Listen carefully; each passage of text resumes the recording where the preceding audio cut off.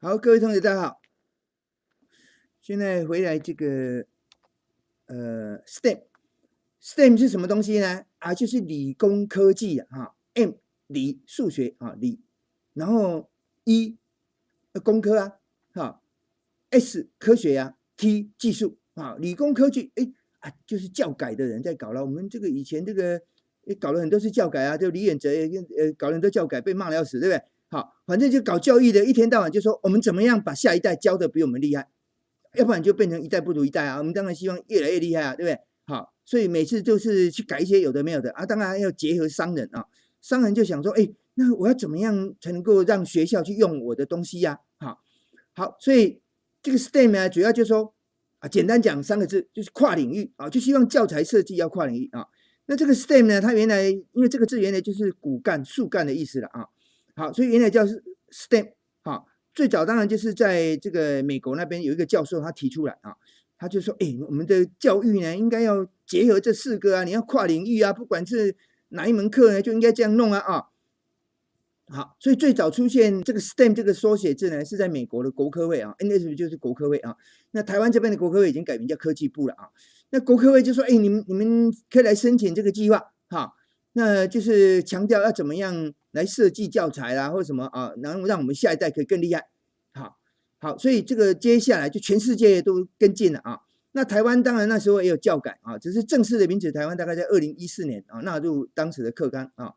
就 STEM 这个字正式纳入2014年意思就是说你应该编辑教材的时候呢，要有跨领域的这个概念而且要把理工科技弄进去。好，那到了2019年呢，就是108课纲嘛。事实上108课纲是在好几年前就已经开始弄那这108课纲呢，正式定调就是说要改成 STEM 因为为什么？因为就是说人文科技很重要当然在美国那边也是一样就是人文科技很重要。他说好那你不然把那个 art 加进来那就变成 STEM 那我们都喜欢呢取一些字的头合起来，但是它又是原来一个字的意思像比方说原来 STEM 呢就是树干所以你到很多高中去呢，他们都有申请当地的教育局或是教育部的计划，然后就有一个专门 STEM 的这个展示的教室这个教室就是要这样子弄才能够启发学生什么样就是逻辑的思考什么有的没有的好，所以呢这一个就跟我们的 Arduino 是有关的就是你要搞这个，就是要弄一些那个便宜的这个套件然后让它结合一些硬体然后让学生去思考一些逻辑and or not 这些有的没有的好，所以像这个呢这个套件呢里面有 and or not 的这些零件让你可以做逻辑的可以做逻辑的不是只有输入输出一个 GPIO 对好，然后他就取这个套件呢叫 Boson Boson 是什么蛙哥呢？它是上帝粒子的一个简称就是因为我们以前100多年前都以为说最小就是分子后来发现有原子原子最小以前我念书的时候是原子是最小然后后来越来越发现比原子还小还有很多什么夸克什么有的没有的你找维基百科呢这个基本粒子那目前来讲呢，就是传说中的这个基本粒子呢，就是 Boson在2012年呢，欧洲这个圣就是一个欧洲这个粒子研究组织像我们现在的网页呢，其实是他们发明的网页就是网页这个概念就是20世纪最伟大的发明就是自从有了网页以后，很多东西都变得不一样这个网页这个东西呢，竟然不是电脑科技发明的是欧洲核子研究组织发明的因为他们就想说很多研究呢要站在巨人的肩膀上，就是说我们希望这些研究呢，你不要自己重新来嘛，你就把以前的人拿来然后再叠上去那要分享成果那分享成果呢，就是用 Web 就是网页。好，所以圣就 CERN 它简称是 CERN 这个欧洲历史研究组织那这个欧洲历史研究组织在2012年呢就宣布已经发现了传说中的上帝粒子这个名字呢就叫做Boson Boson 这个字其实上是一个印度人他当时提出这个理论一个印度科学家的物理学家的这个姓叫 Boson 所以我们就称这个粒子呢叫做波色子波色子你可以看一下好了好，我们看一下这个文章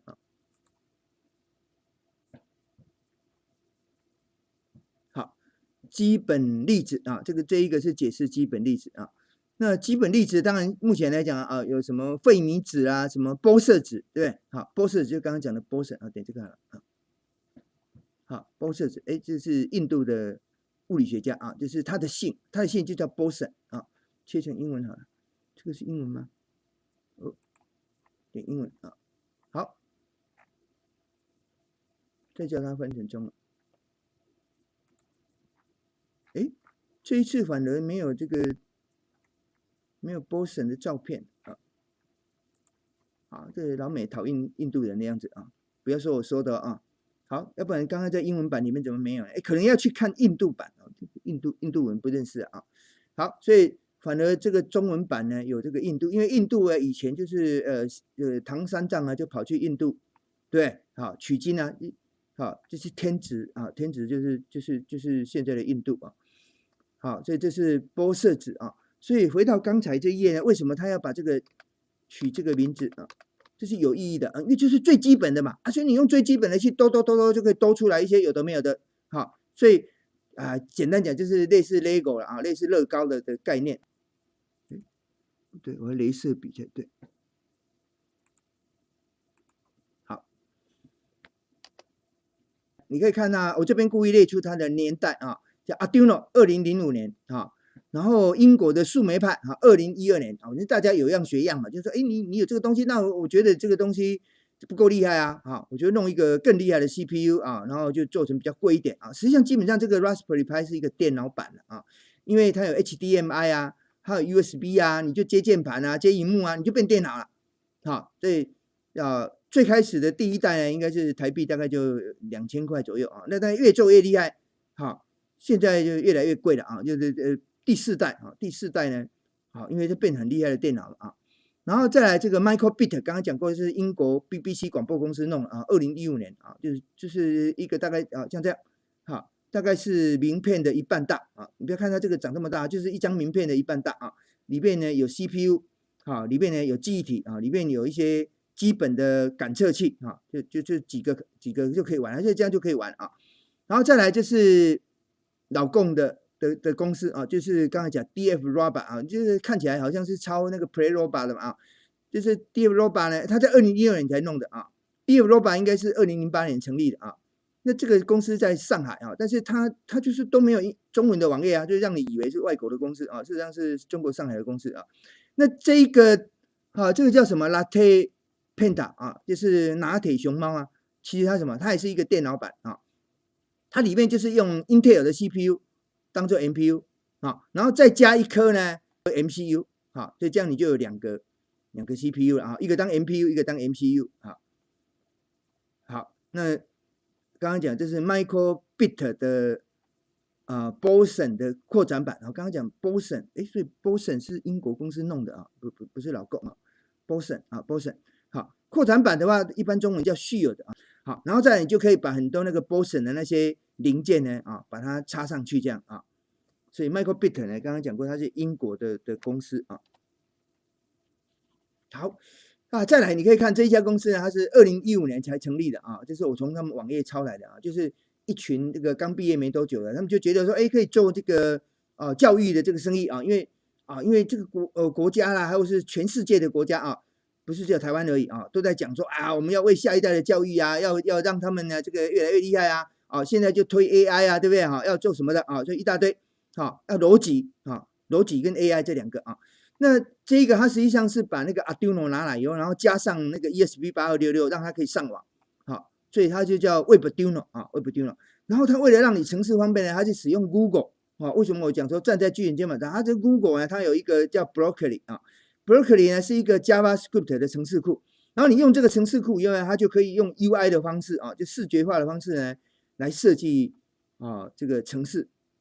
本来 Broccoli 呢就是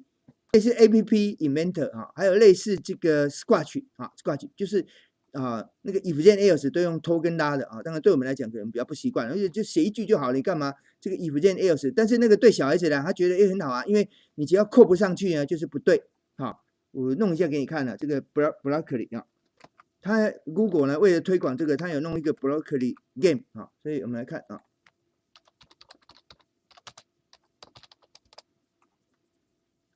他就是说，哎，教小孩子的从游戏里面学逻辑啊，那这个很多简单的啊，比方说像这个拼图，好，迷宫好了啊，迷宫，好，他说，哎，你怎么让他走到这里？好，那就是你第一个呢，就是要前进嘛，好，所以前进，这已经有了，好，前进，再前进，哎，叫他走看看。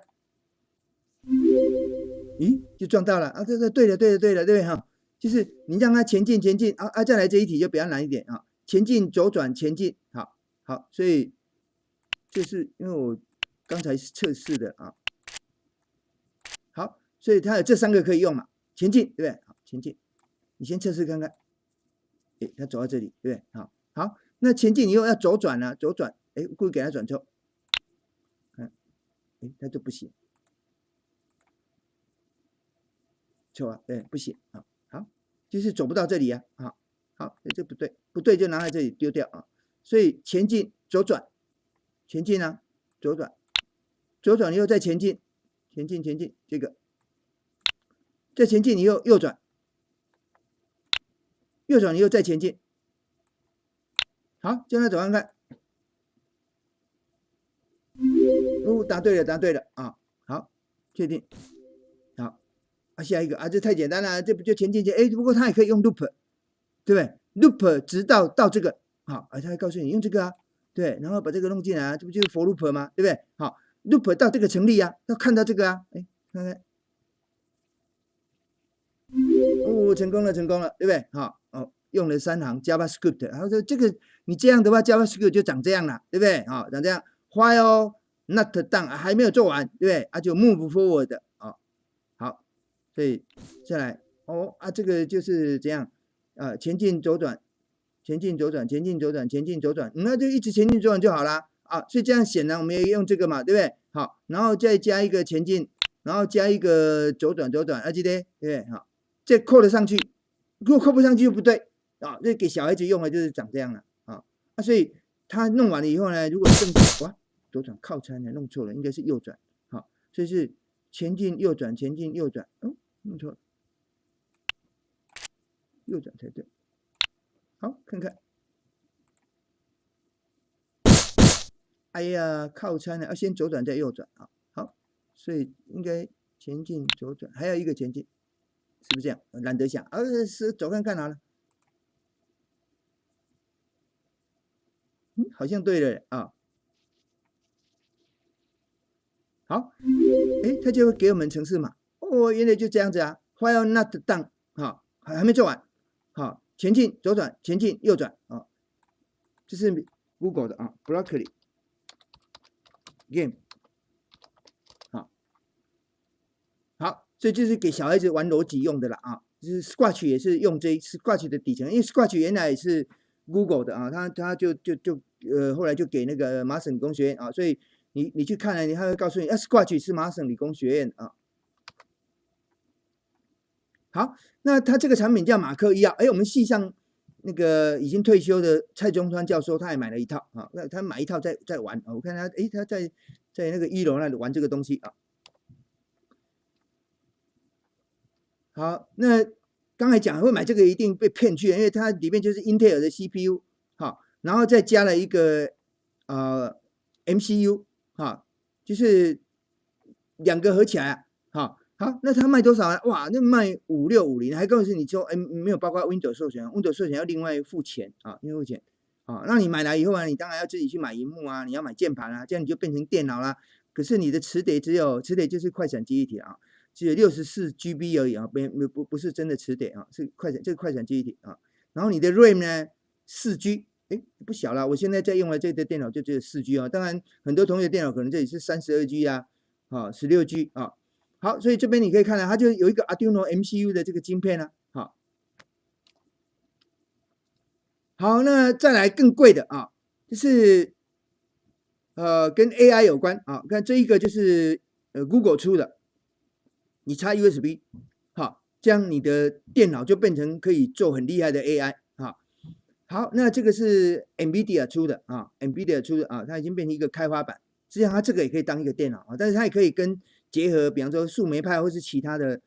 的电脑呢，好，因为其他的这个不够厉害，对不对？人工智慧不够厉害，你就叫它做啊，对不对？好，所以这种就说我就叫旁边的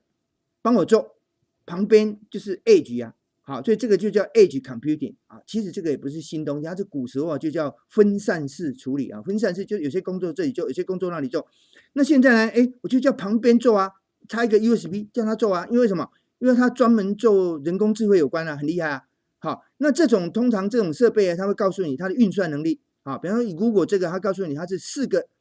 Tera OPS， 它没有 F 哦，就表示它是整数运算啊。一般为了听起来比较多，它整数都8 bit 的。好，因为人工智慧里面平行计算的时候最常用的就是整数运算啊。但是有一些你可能其他应用要用到实数啊啊。所以我这边列了一个表，这是 NVIDIA 啊 ，NVIDIA 的这个产品呢，你可以看出来，就说，哎，它的整数运算呢，通常就是实数，实数一般我们讲是32 bit 实数啊，是它的4倍。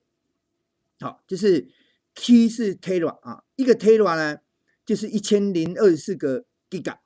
啊，一般就1000个 Giga， 因为我们讲这个时候通常讲1000，不是讲1024啊。好，所以这边你可以看到它是 62.8个 Tera operation 啊，拍写是整数8 bit 的整数。好，那你如果算实数呢？哎，它就剩1/4。好，你如果是2倍准的实数呢？哎，再除以2，好，剩下7.8个 teraflops 啊，就是浮点运算的数目。好，为什么特别强调浮点运算呢？因为在80486的时候，好，80586的时候呢，就是 Pentium 啊，就是 Intel 的 Pentium，就叫80586。那80586的时候呢，一个实数运算就是一个 clock。可是，在486的时候，一个时数运算呢，要500多个 clock 啊，就是我们讲过来 ，clock 就是那个晶片的振荡器呢，就是你的 CPU 通常靠时脉啊，就咔咔咔咔咔咔咔。那目前大部分的 Intel 的指令呢，都是咔一下它就做完啊。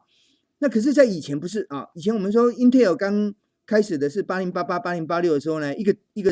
个整数的加法呢，大概要30下啊，28下到30下，咔咔咔咔咔啊。才能够做完一个整数啊，那做一个实数大概都要500多下啊，500多下。那到了 Pentium 以后呢，因为它采用了 AMD 啊 ，AMD 是另外一家公司的那个技术啊，就是莫名其妙的就进步非常快啊，硬体进步啊，咔一下就做完一个实数的运算啊。不过呢，就是做实数还是比做整数慢的啊，所以你看他们在算这个的时候都会讲说啊，我是多少个Gigaflop， 这时候的 F 一定是指的是32 bit 的啊，32 bit 啊。以这一个来讲，它上面有一个普通的 CPU， 有一个专门做这个就 QDA 啊，就是专门做人工智慧相关的 CPU 啊，128个 core 啊，那4个这种像我们平常普通的这个 CPU 啊，那这个东西呢叫 Jetson 啊，它一个卖多少啊？都是大概4000块左右啊，台币4000块，这个也是好，这是 USB 而已啊 ，USB。好，这样就让你的电脑或是你的其他原来的比较便宜的板子就变成很厉害，可以做人工智慧的啊。当然，人工智慧通常来讲，这里是做这个执行的时候啊，如果训练的时候，通常是我们在云端或是其他的大电脑上啊，因为训练要比较久啊。好，那是跟人工智慧有关，我们就不讲了啊。好，那再来是 Arduino 云跟相关的板子啊，为什么要一直强调联发科呢？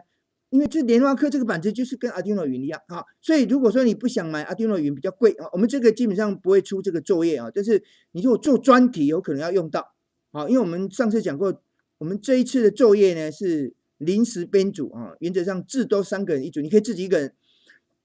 好，那这个如果你买 Linked Smart DUO 要有 DUO 的才行哦，这上去有稍微提过啊，等一下我们也会图再看出来啊。那这一个有 DUO 呢，它上面就有2个 CPU。好，一个 CPU 呢是 MCU， 另外一个是 MPU， 就跟 Arduino 云上面用的一模一样。好，就是 ATmega 32U4。好，那它这个接角呢 ，Linked Smart DUO 这个开发版呢，它有3只角是接在 MPU 上面。好，这是联发科的 CPU 啊。当然我们讲过，它也要付钱给那个 ARM 啊，因为它其实用的是 ARM 的 IP 啊。好，那另外一颗 CPU 呢是ATmega 的 ATmega 32U4啊，就是跟 Arduino 云一模一样的。好，它有24只的引脚啊，这是引脚。好，电压呢都是吃3.3伏。好，那其实我们应该要看这个它的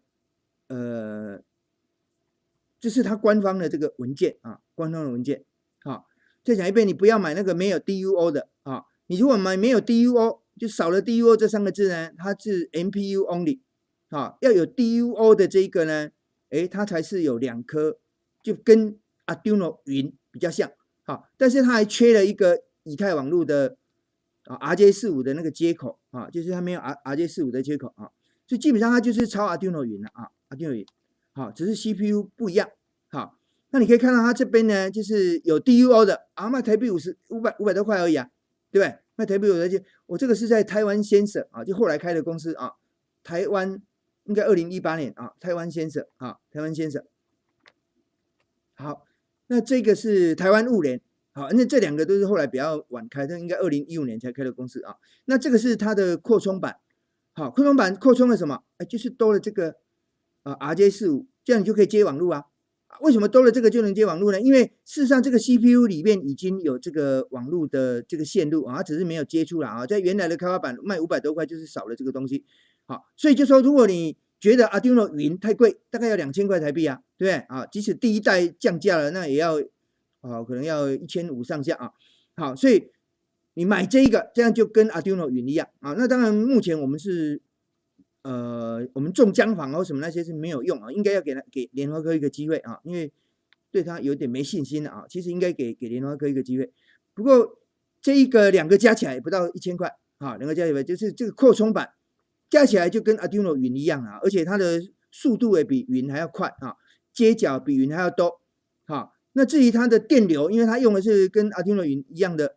CPU 啦，控制的部分啊，所以也没有问题啊。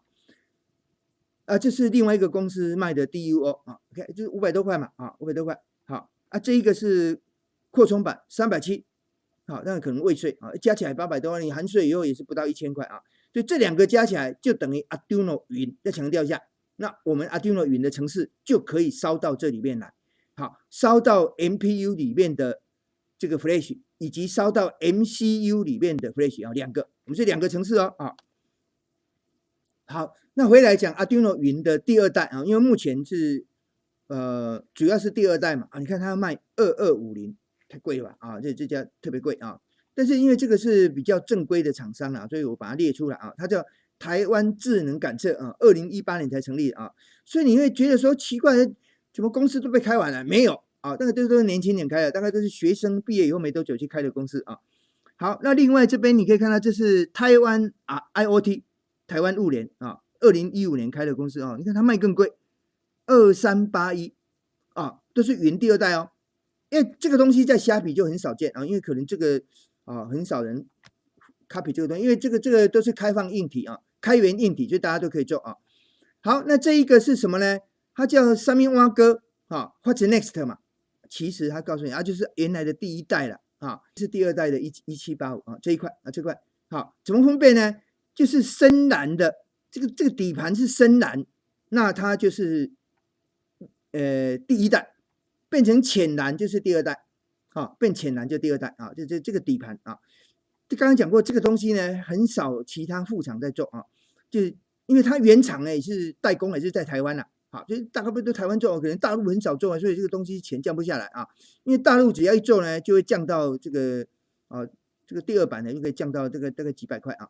好，所以这边你可以看，这是第1代的云啊，对不对？这之前我们买是2000块啊，就是我们买去中江嘛，都买这一个啊，然后把它刷新它的韧体，好，就把韧体呢改成新版的韧体啊，这里边啊，其实官网建议你不要刷新，建议你用更新啊，那2个有什么不一样？好，就是我有列出来了啊。好，所以这个目前来讲就是他说还有库存啊，对不对啊？就是第1代卖不完了啊，因为这大概只有交大在买啊，这因为其他买的人很少了，因为我们种姜黄啊，还有种其他的买的非常多啊，因为做那个要控制sensor，对不对？读取资料，要控制 H8 引动器啊，好，这是 relay 了啊，我们都要用到这个板子啊，因为我们用的非常多啊，我们每次买呢都买个几百片的啊，好，这边有告诉你，我刚刚讲了，根本不用看了，你就看它深蓝还是浅蓝啊，对不对？深蓝就是第1代，浅蓝就是第2代啊，这个浅蓝这是第2代啊，Arduino云，所以这里应该加个2啊，这是 revision 2，你看到浅蓝就是第2代好，这有写啊 ，REV2 啊。那为什么我要列这个给你看呢？就是你看哦，它的 MCU 的部分是 ATmega 32U4，严格讲不是跟 Uno 啊，严格讲起来是跟这个 Leonardo 啊。所以它这边呢，你可以看到呢，它的 I/O 20支，好，20支，好，然后它的20支里面有7支可以做 PWM，20支里面有12支呢可以做analog read， 好 ，Uno 的话只有6个啊，Uno 只有6个啊，它这个电流可以到40毫安啊，2倍哦啊，40毫安啊电流，好，然后 RAM 的部分呢多一点点，2K， 好，2.5K 啊。Flash 只有32K 啦，所以它都很少啊。为什么这样讲？因为你 Node 的 MCU 非常多，那你会觉得奇怪，我怎么一直放这一张图呢？因为这个人就叫 Leonardo， 好，这个名字是为了纪念他的啊 ，Leonardo， 这叫 Leonardo 达芬西啊，不是 Leonardo 迪卡皮欧 ，Leonardo 迪卡皮欧是演那个电影 Titanic 那一个啊，这是 Leonardo 达文西啊，这是他的作品啊，叫《蒙娜丽莎的微笑》啊，就是法国人很自以为傲的啊，就是啊达文西啊，就我们常常听到达文西 Leonardo 达文西啊。好，所以这个 Leonardo 呢，它这个开发版呢，事实上这个开发版也不贵啊，这个开发版这个副厂呢都在看有200块，我这边还看到有130的。好，这是 Leonardo 啊，它的 CPU 呢就是ATmega 32U4，好，跟 Uno 很像了啊，但是呢，它基本上就是好，它的接角也很像，都是20个，好，20个，好，那只是说它的类比输入呢有12个，啊，可以做 analog read 呢有12个。那在云上面 Arduino 云上面的就是这一颗啊，所以就是规格跟这个几乎是一模一样。另外呢，就是你会发现奇怪，怎么看不到 USB to TTL， 就是那个烧录晶片，因为那个烧录晶片被整合到 CPU 里面去，所以为什么它的成本其实比较低啊？烧录晶片呢，我讲过很多次呢，就是 Uno 正版的 Uno 上面用的呢，它一颗要台币大概50块啊，所以为什么 Uno 的为什么那么贵啊？但是后来有人就把那一颗改成跟 Node MCU 上面的一样啊，就 CH340啊 ，CH340那个大概台币10块啊，那 CP2102 那一个晶片呢，大概要台币20块啊，因为那个速度比较快啊，就是 Node MCU 的第2版用的啊。好，那这一个是 Uno 的规格啊。我搞不懂他们为什么要骗我们啊？不是官网啊，就是说他这里写14，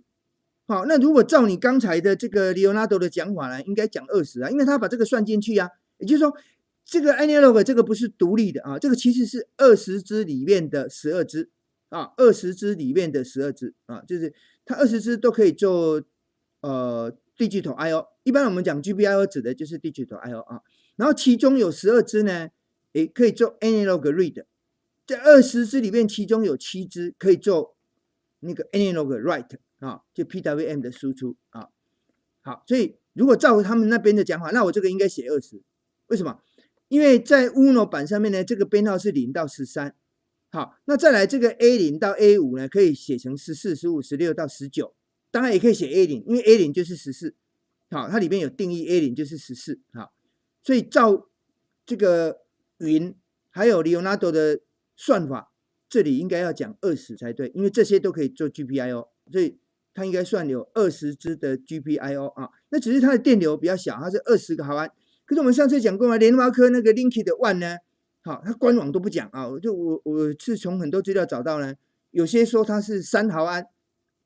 超级小啊，你那个点那个 LED 可能都只亮一点点而已啊。那你要推动很多设备可能推不动啊。不过这也不是问题，因为你可以买一些其他的电晶体或 IC 呢可以把那个电流提高啊，这样就可以推动啊。那不需要的时候就可以不用啊。它是如果是 Linkit Smart 7688 DUO， 那就没有这个问题了啊，因为它已经改用跟这个云一样的 CPU。好，那这个是我看过最便宜的 Uno R3啊。实际上呢，它就是把那个烧录晶片换掉，换成10块钱的。好，这一家就比较老实，你看，他说我用的是 CH340G， 再讲一遍哦，这一颗晶片一颗大概台币只要10块钱台币，好，10块钱台币不到啊，这一颗，所以为什么它成本可以这么低啊？就 CH340G， 好，那如果 CP210 什么的那个晶片呢，就是 USB to TTL 啊，用来用来让你的 USB 可以变成 COM 的啊，那一颗要台币大概20块。好，那你原版的 Uno 上面所用的那一颗呢？好，原版那一颗的，这个不是原版的啊，原版的那一颗的话，它要台币大概50块啊。好，那这是我看过长得最像 Uno 的，其实它是 ESP8266。那 ESP8266 就是最主要就是多了 WiFi 了哈，对不对？这样你就有网络啦。如果你买刚才这个很便宜，可是你没有网络，那你还是要去买一个网络的扩充板啊，哈。网络扩充板大部分它上面就是塞了这个 ESP8266啊，因为这是目前最普遍的啊，就是等于 ESP8266不做 MCU 的事，只做 WiFi 的事，这样。好，那你用这个就等于两个都做啊。它除了做 WiFi 啊，我们还把它当 MCU， 对不对？好 ，MCU， 甚至有人把它当 MPU， 对不对？为什么？它灌 Unix， 灌 Python， 真的哦，有人把它灌 Python， 灌 Micro Python 进去啊，对不对？因为它的 Flash 也蛮大的啊，它的记忆体蛮大 ，CPU 蛮快啊。好，这一个因为我网络上找到的这个是深蓝颜色，一看就知道是云第一代啊。不过因为它第一代跟第二代只是这个 layout 不太一样啊，大致上一样啊，接角几乎一样，因为它扩充板都可以通用啊。扩充板就是通常都做成跟它一样大小，然后一插上去叠在它上面这样子啊。就是 Arduino 当时的扩充板大部分这样设计啊。就我把这个拼号弄出来，就让你看啊。你看啊，这个 Analog 01235有没有 ？Analog 01235啊，它跟 GPIO 的这个接角是共通的，好，就是14、15、16、17、18、19啊，这 GPIO 的编号啊。再来，你看这边呢，好，0、1、2、3、4、5、6、7、8、9、10、11、12、13啊，这个14、15、16、17、18、19，这14、15、16、17、18、19实际上是跟 Uno 的编号是一样，因为 Uno 的14也是 A0， 15也是 A1啊。那这一边呢，0、1、2、3、4、5、6、7、8、9到13，好，你可以看到呢，它这个是跟 Leonardo 一模一样。Leonardo 就是多了一个 PWM 这个，好，就是第13只脚是接内建的 LED 灯嘛啊，那这只脚呢它也有 PWM， 然后另外呢这个 A6、A7、A8、A9、A10、A11 啊，就是 Uno 上面没有这个啊 ，Uno 上面没有 A6 到 A11 啊，所以它是共用的，好，并不是多出来的脚啊，可以做 GPIO 啊。好，那 ArduTalk 可以用的微控码，这一个实际上是林宇威博士放在那个 ArduTalk 的里面的讲义啊，就是 Arduino 云，就是标准的嘛。我们几乎所有的种姜黄、种香菇、种什么的，我们全部都是用这个啊。种番茄啊，我们目前也种很多跟农业合作，还跟渔业也有合作啊。然后刚才讲的啊，你用联发科啊，不能只买这个，你要买那个扩充板啊，让它有那个 Ethernet。这样合起来也是不到台币1000块啊，两个板子合起来不到1000块啊，就这个开发板，这样就几乎跟这个一模一样了啊，几乎讲几乎，而且比它还快，因为它的 clock 比它还快啊。好，那这个就叫 Node MCU 啊，所以 Node MCU 就是有一个 ESP8266，然后加上这个已经把引脚拉出来的开发板，好，然后还有一个烧录晶片，好，烧录晶片的话就是可能是 CP2102 或是 CH340 啊，就是弄转到 Micro USB 可以接出来啊。好，那这 Arduino 云啊，这边就深蓝嘛，对不对？第一代，这是浅蓝就第二代。好，那这两个板子呢，它按钮实际上位置都一样啊，对不对？它只是长得不太一样啊。那这边呢有列出来它的功能。好，这一个是针对这个32U4，就是 MCU 的部分就 reset 啊，这个好。按下去就是原来的 Leonardo 呢会被 Leonardo 是用这个 CPU 啊被 reset 啊，它是重开机。好，那这一颗呢是对云本身，就是 Atheros 的9331这一颗 MPU 啊 MPU 啊，就是会被 reset 啊，当然包括它的记忆体都会被清除啊。那在使用的时候呢，因为这两个等于有共通的记忆体，实际上是骗人的啦，实际上是用 serial 传送啊，因为那个记忆体是在这一边。好，这边的 RAM 啊，所以你说这里 reset 以后，那这个共用的记忆体就不见了啊。如果你只是把这里 reset， 那这个共用的桥接的记忆体还在，因为是在这一边。好，这边用这边的 RAM 啊。好，那再来这一个呢是对那个 WiFi， 好，你把这里压久一点，然后 WiFi 就被清除掉啊，被 reset 啊，被 reset。好，它这里有告诉你压着不放，持续超过5秒。WiFi 的那个里面的 configuration 呢，因为里面 AP 啊。好，就被重设为 192.168.240.1 啊，就是它 WiFi 的这个啊，这个可以做设定啊，在这个倪宇卫教授的这个讲义里面有啊。那这边一样，就是这一颗就是针对 WiFi 嘛，啊这一颗就针对 MCU 啊，这一颗针对 MPU 啊，所以这个长得不太一样，但因为它 compatible to 那个什么开发的那个扩展版啊，就是那个大小长得一模一样啊，所以它不能乱弄啊，那接角要能够插得上去啊。好，那刚才有提到，就是说我们买了第一版以后要把它刷那个韧体啊，就把韧体更新了啊，更新成最新的更新。那在官网里面是建议你不要用刷机的啊，建议你用更新 upgrade 就是用网页的方式在这里啊，这里面有教学啊，你自己点进去看啊。然后就是他是告诉你，如果真的这个不成功啊，拍写了，只要用刷机的方式，刷机的方式要去抓3个档案回来，就比较麻烦。好，抓3个档案回来啊，但是它也有详细的教学手册啊。好，那烧这个的时候非常重要，好，因为这时候你在烧这个时候呢，如果它程式烧一半，你把它关掉电源，那完蛋了，你这个就要去找店家啊，或是你要去买那个专业的烧录器啊。从那个 ISP 那个接角把东西烧进去，要不然你这个就没办法透过那个电脑去把它烧进去的啊，要专业的那个烧录器啊才有办法烧啊，不是没办法了，还是有办法啊，要不然它原来出厂怎么出来的啊？好，所以就是关于刷韧体的部分，通常你如果买第2版就没有这个问题了，就不需要啊，而且你如果用网页就可以更新，那就用网页更新啊。好，那这一个要先讲一下，我们才休息啊。这个部分呢就是。relay 啊，这上一次其实我上课有讲过啊，为什么要特别讲这个？因为我们物联网呢，上一次如果你有听林一平老师的课程的话，他告诉你，我们有4个设备才能够让物联网成功啊，其中有2个是真的设备，还有2个是假的设备，也不能叫假的啊，是 cyber device， 就是网页的啊，就看起来是 cyber device 嘛，它就是网页或网站啊，对不对？啊，一个叫 MapTalk 啊，为什么？因为通常来讲呢，你要给农夫或是给像你到时候叫校长去用，对不对？你要弄成一个网页，你不能叫他去10-20个网址啊，对不对？好，所以弄成一个网页呢，他就可以在上面点了以后呢，然后就可以下拉的方式呢，选择他要的功能啊，他要看洗衣机啊，他要看什么的啊，他要看校园里面怎么样啊，所以有一个 MapTalk 啊，基本上它是一个整合了很多东西的一个网站啊，底下是用 Google Map 的 API 啊。另外一个就是 Control Board 啊，就上一次林一平教授也提到，我们总共分成4个部分。好，一个部分就是我们用过的 Remote Control 啊，就叫这个 Control Panel 啊，就是控制面板啊。那一个部分呢叫 Dashboard 啊，就是显示仪表板。好 ，Dashboard 啊 ，Dashboard 就是温度怎样什么我们用显示的漂漂亮亮，对不对？好，那个实际上也是一个 JavaScript 写的那个网页啊。那我们要把这4个网页整合起来啊。另外一个呢是 Camera View。啊，这通常来讲是一个 streaming 啊，就是影像串流啊 ，camera view 啊，我要看到我到底控制的结果怎么样啊，对不对？好，那我可能要把摄影机转一下方向啊，对，所以有一个 camera control， 所以总共4个被整合成一个叫做 control board 的 cyber device， 就是网页啦啊，就我们2个假的，那另外2个真的是什么呢？真的设备，一个是 sensor 你的资料要正确啊，不然你就 garbage in garbage out， 做出来东西都错了，对不对？好，然后你的 actuator 要很 reliable 啊，我叫它开机，它就要开机啊，不要开有开没开，对不对哈？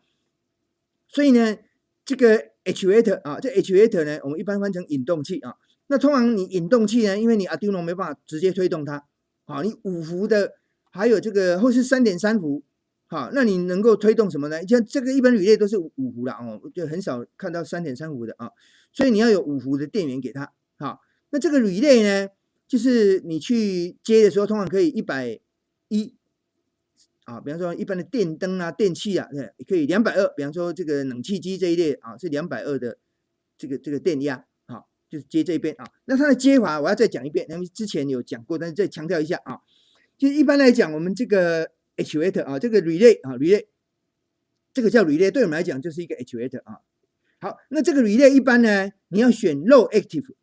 好 ，low active， 因为它有 high active 跟 low active 啊，就是 low active 就是呢，我这个讯号角啊，讯号角送零给它的时候呢，表示这个电要通，好，这样叫 low active。那为什么要选 low active？ 这个原因是因为 Arduino 啊，就所有的 Arduino 呢，你刚开机的时候，它所有的接角呢是 floating， 啊，它大概在1半的电压左右啊 ，floating 啊，因为 floating 就是浮动的啊，它不是零。好，所以而且它是在 input 的 mode 啊，我们讲过很多次，它在预设在 input 的 mode。好，所以你的程式呢，一开始就是要赶快把它设成 output。好，然后甚至可能一开始的时候把它丢0给它或丢1给它，看你要0给它或1给它啊。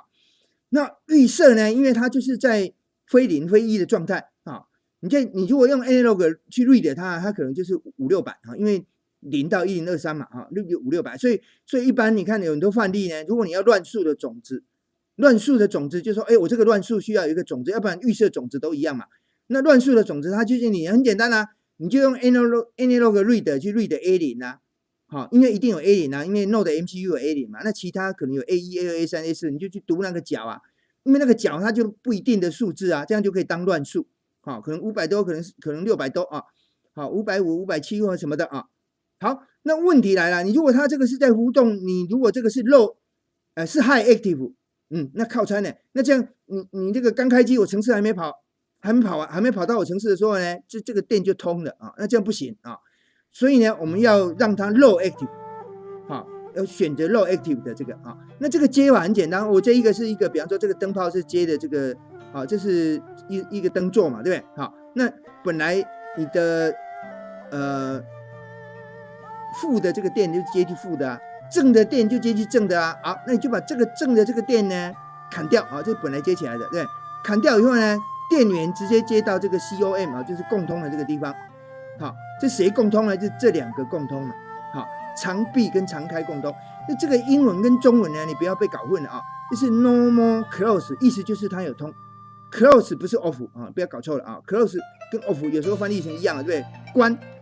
关就是开呀，啊，意思就是有通了啊，有通。close 电路 close 就是有通啊，所以这 close 中文要翻成长闭，就是永远有通啊。所以我们之前有讲过这个永远有电的意思啦。好，就只要这里有电过来，那这里就有电啊。那就看你要接那个永远有电不受我控制的就对了啊。那这一边就这个地方是受我控制的，受我控制的这个叫 NO 啊，叫常开。中文翻译成常开啊，就通常它不通。好，所以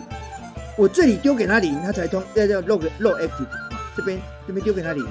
好，它才通。啊，你这一个是接到啊你 Arduino 上的5伏的电源。好，比方说那个 VU 啊，没有 VU 的话，找不到 VU 就是接那个 VIN 啊。我上次讲过啊，就 Node MCU 上面呢，好 ，Node MCU 上面它那个 VIN 呢，如果是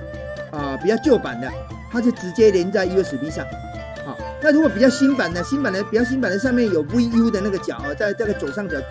第3只啊，那边有印 VU 的角，那这时候它已经用一个2极体把它隔开啊，所以这时候它不通。好，所以网络上你常常会有人问说，奇怪啊，不是说那个 VIN 可以当5伏用，为什么我都用不出来？我去量它啊，只有0.2伏啊，或是什么的啊，就是因为呢比较新的你要用 VU 那一只角啊，就表示 USB 直接连到那边去。那 Arduino 上面呢就是 VIN 啊，它是互通的啊，所以一般 Arduino 它告诉你，你不要 VIN 送给他9伏，然后 USB 又送给他，那这样你的 Arduino 板子可能就挂掉了啊，因为它那边是直接连通，它没有2极体隔开啊。VIN